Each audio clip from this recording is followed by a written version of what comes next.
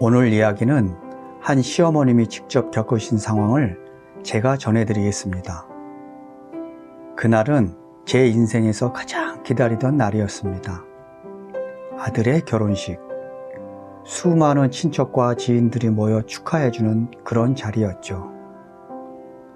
아침부터 머리 손질하고 옷 매무새를 다듬으면서 이제야 나도 며느리를 보게 되는구나 하는 생각에 마음이 설렜습니다. 식장에 도착하니 이미 하객들로 북적였어요. 아들은 양복이 잘 어울렸고 환하게 웃고 있었습니다. 그 모습을 보는데 왠지 모르게 울컥하더군요. 아이가 어느새 이렇게 커서 한 가정을 꾸리게 되다니. 잠시 후 저는 신부 대기실로 향했습니다. 그동안 사진으로만 보던 며느리의 드레스 차림을 가장 먼저 보고 싶었거든요. 그리고 내 며느리 얼굴 보고 직접 축하해주고 싶었습니다. 그런데 문 앞에 서니 이상하게 마음이 조심스러워졌습니다. 혹시나 내가 방해가 되진 않을까. 그래도 용기를 내서 조심스레 문을 열었습니다. 하얀 드레스를 입은 신부는 빛나고 있었어요. 그 옆에서 분주하게 움직이는 사람들이 있었죠. 사진작가, 메이크업 아티스트, 그리고 신부의 가족들. 제가 미소를 지으며 발을 들여놓으려는 순간 신부 동생이 다가와서 제 앞을 막았습니다. 어머님, 지금 메이크업 수정 중이라서요. 나중에 와주시면 안 될까요? 말투는 정중했지만 표정은 차갑게 굳어 있었습니다. 그 순간 뒤에서 누군가 문을 닫았습니다. 제 얼굴 앞에서요. 멈칫한 채 서 있던 저는 손에 쥐고 있던 작은 꽃다발을 내려다봤습니다. 며느리에게 주려고 준비한 제가 직접 골라 담은 하얀 장미꽃이었습니다. 하지만 그 꽃을 건넬 기회조차 없었습니다. 문 앞에 서서 들리는 웃음소리와 셔터 소리를 그저 멍하니 듣고 있었습니다. 그 안에는 제자리가 없는 듯 했죠. 내가 그렇게 있어서는 안 될 자리인가? 아니면 애초에 나를 신경 쓸 마음이 없었던 걸까? 마음속에서 수많은 질문이 떠올랐습니다. 분명 오늘은 기쁘고 행복해야 하는 날인데 이상하게도 가슴 한쪽이 서늘해졌습니다. 결국 저는 발걸음을 돌렸습니다. 하객들이 있는 로비로 나오면서 마치 내가 초대받지 않은 사람처럼 그렇게 느껴졌습니다. 만약에 여러분이라면 이 상황에서 어떤 기분이 들었을까요? 댓글로 남겨주시면 많은 참고가 될 것 같습니다. 그때 친척 한 분이 다가와서 며느리 보러 갔다 오셨어요?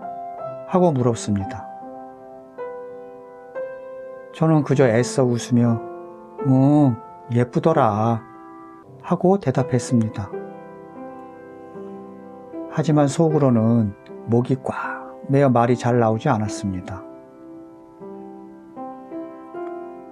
결혼식은 예정대로 진행이 됐습니다.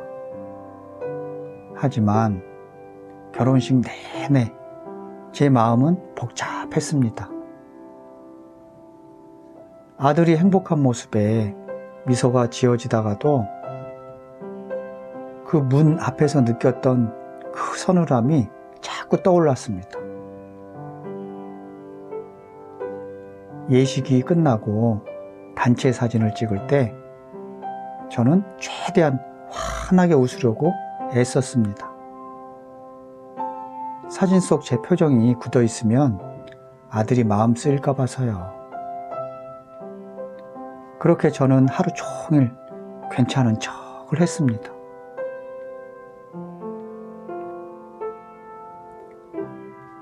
그리고 그날 밤 저는 잠을 이루지 못했습니다. 머릿속에는 결혼식장에서의 짧은 순간들이 자꾸만 재생이 됐죠. 그 중에서도 신부 대기실 앞에서 멈춰섰던 내 모습이 계속 마음에 걸렸습니다.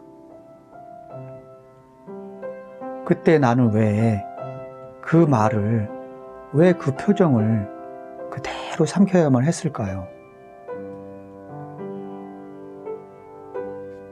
결혼식은 축하와 기쁨의 자리여야 했습니다. 그런데 제 가슴엔 축하보다 쓸쓸함이 먼저 스며들었죠. 아들의 웃음, 하객들의 박수, 사진기 셔터 소리가 울려 퍼지는 그곳에서 저만 다른 세상에 있는 사람처럼 그렇게 느껴졌습니다. 이 상황에 대해서 제가 너무 과민한 반응을 보이고 있는 걸까요? 다른 시어머니들은 이럴 때 어떤 느낌이 들었을까요? 혹시나 저만 속 좁게 이러는 건 아닌지 걱정도 조금 되기는 합니다. 그렇게 식이 끝나고 하객들이 하나 둘 떠나고 식장이 정리되기 시작했습니다. 저는 홀로 구석에서 폐백실로 향하는 아들과 며느리를 바라봤습니다. 멀리서나마 축복하고 싶었는데 그 순간 며느리 쪽 친척들이 둘러싸며 저는 자연스럽게 뒤로 밀려났습니다. 물론 저는 폐백실에서 이미 절을 다 받고 줄 것도 다 주고 한 상태였지만 그래도 며느리 쪽 친척들이 자연스럽게 다시 그쪽에 가서 하더라고요. 그때 어머니, 이쪽은 저희가 모실게요. 며느리의 이모라는 분이 웃으며 제 앞을 막았습니다. 그 말 속에 담긴 당신은 여기까지만이라는 뉘앙스를 저는 알아버렸습니다. 그리고 폐백은 원래 본가에서만 하는 건데 그렇게 또 며느리 쪽에서 하는지는 또 몰랐습니다. 그날 이후 제 마음은 자꾸 과거로 향했습니다. 아들을 품에 안고 잠들던 날, 어린 시절 운동회에서 손 흔들던 날, 그렇게 지켜온 아이가 이제 한 가정이 됐는데 그 옆에 서 있는 저는 왜 이렇게 낯선 사람 같을까요? 며칠 뒤 아들에게 전화를 걸었습니다. 결혼식 잘 마무리돼서 다행이다. 애써 평범하게 말했지만 제 목소리가 조금 떨렸나 봅니다. 아들은 잠시 침묵하더니 엄마, 그날 많이 서운하셨죠? 라고 물었습니다. 그 한마디에 참아왔던 마음이 왈칵 쏟아질 뻔했지만 저는 웃으며 대답했습니다. 아니야, 엄마는 너만 행복하면 돼. 그 말이 진심이면서도 동시에 제 마음을 감추는 방패 같았습니다.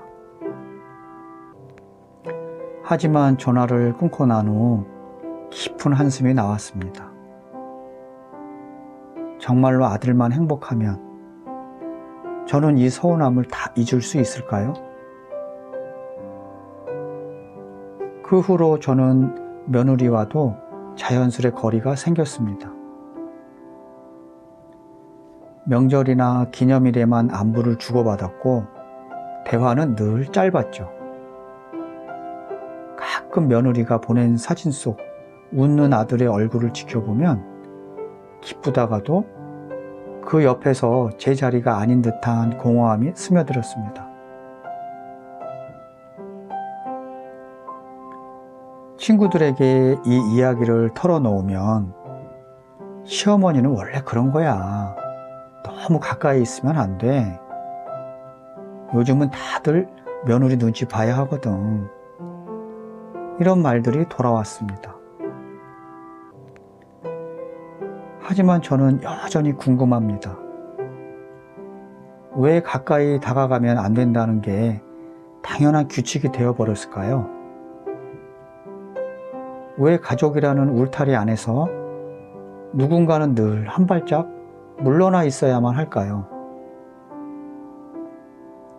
아들의 결혼식장에서 쫓겨난 그 순간은 제 인생의 한 페이지로 깊이 새겨졌습니다. 그리고 그 페이지는 아직도 완전히 덮이지 않았습니다. 여러분, 오늘 사연은 여기까지입니다. 여러분이라면은 이 상황에서 어떻게 하셨을까요? 댓글로 여러분의 생각을 남겨주세요. 저는 다음 이야기로 다시 찾아뵙겠습니다. 감사합니다.